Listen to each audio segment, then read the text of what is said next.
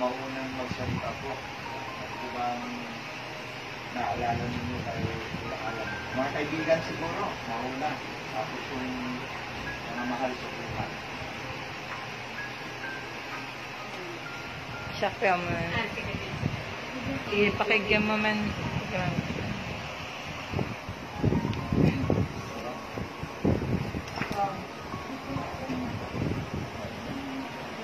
Ngayon po napakahirap yung panahon ngayon kasi nangyayari sa atin na worldwide pandemic. Pero pinakasanto ko ang loob ko na pumunta dito para makiramay ako dito sa pamilya ng aming mahal ng founder. Isa pong isang icon, isang founder at nag-iwan ng legacy sa amin na miyembro ng Samahang Ilokano.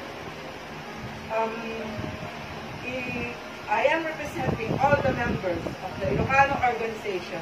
In behalf of the CIAI 61892, I am here to give our condolences to the family. And I don't know him personally, but of course, being a member of Samahang Ilokano, because he is the father and the founder of our organization, we can say that he left us a big legacy through leadership, and then that legacy will stay in our hearts forever. I am representing the full members of the Ilocano organizations, especially CIAI 618. May you rest in peace, our father of the Samahan, our founder, and